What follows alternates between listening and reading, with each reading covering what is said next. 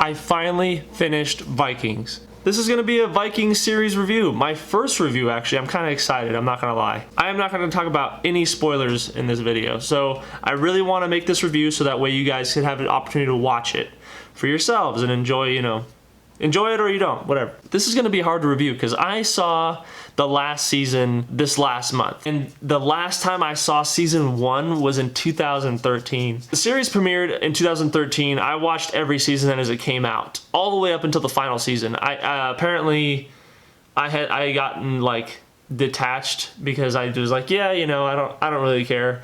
And some of you guys may know what I'm talking about, considering, you know, everything that goes down in season 4 and 5. But I still finished it. It was still fun, and I still enjoyed the show. Granted, it took me a while to get to the couch to watch it, kind of thing. Like, oh my gosh, okay, like, I should watch it, I should finish it. But when I was watching it, I was really enjoying it, and that never changed. I always enjoyed watching this show. So I still recommend that you watch the show, even just for that aspect. Vikings is based on the legend of Ragnar and his legacy that he left behind.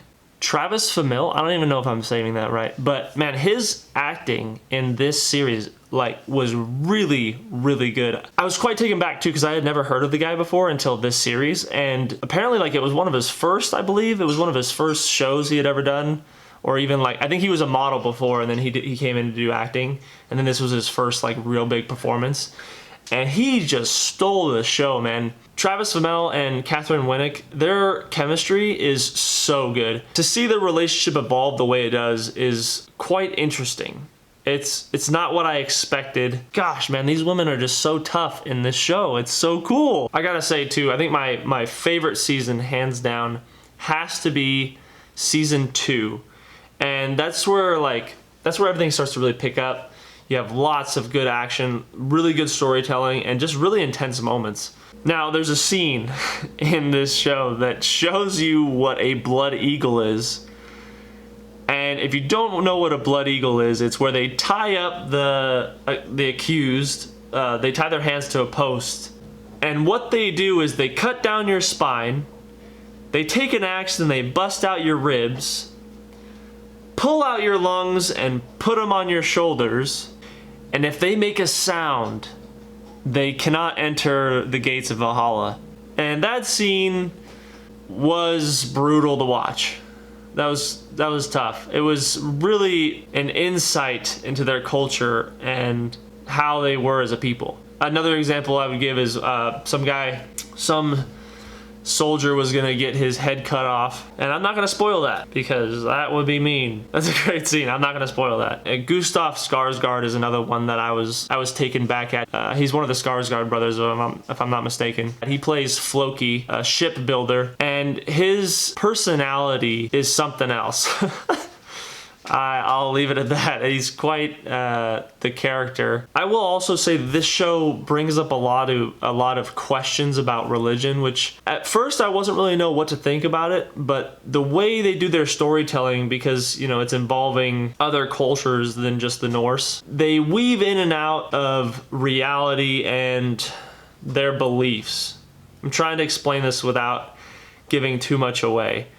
But there are certain aspects of the show that still bring in like the supernatural, quote unquote, where you'll see certain things and you're like, is that a real thing or is that their belief system or whatever, you know what I mean? Is that their form of religion? Because I questioned myself multiple times of like, is that like Odin or is that like Thor? Like, who is that? You know, who's that character? They would do that with both, or like all religions. Another culture they came in contact with, you would see a form of their religion in a realistic way.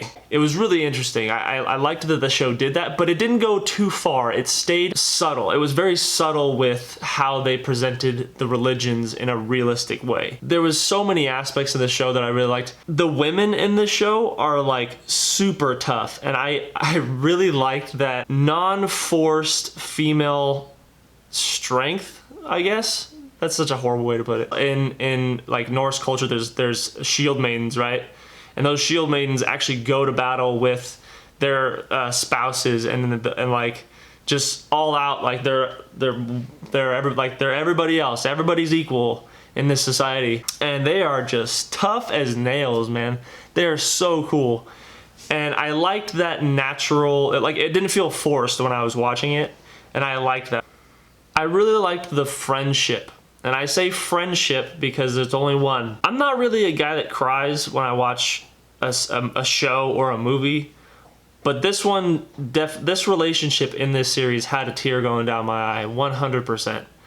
I was quite in awe of the respect and the love that two friends can have like that. And I was quite taken back. It was really, really good. And if you've seen the show, you know what I'm talking about. The character development is also really well done. It sort of fell flat for me in certain areas towards the end of the series, but it had its really, really good moments. The full series in itself was really good.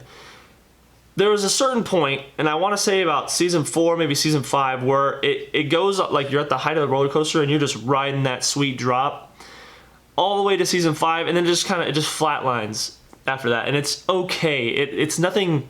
I didn't really feel like special when I was watching it, or like really excited to watch the next episode like I did back when I was watching, let's say season 2 and season 3. So about season 4 or 5, it just stops and it just goes, and I'm kind of like, oh, okay, I'll stick around to see where these characters are gonna go, because I'm really curious. And then that's all that really kept me, unfortunately, was the curiosity of where the characters were gonna go. Towards the end, anyway. So Vikings is currently on Hulu and Amazon, and the last season of Vikings is exclusively on Amazon. If you're looking for something to watch, and you know, granted, even though there's so much to watch out there, a lot of us are like, I don't really want to watch that. I don't know what to watch. Watch Vikings. It's fun, trust me.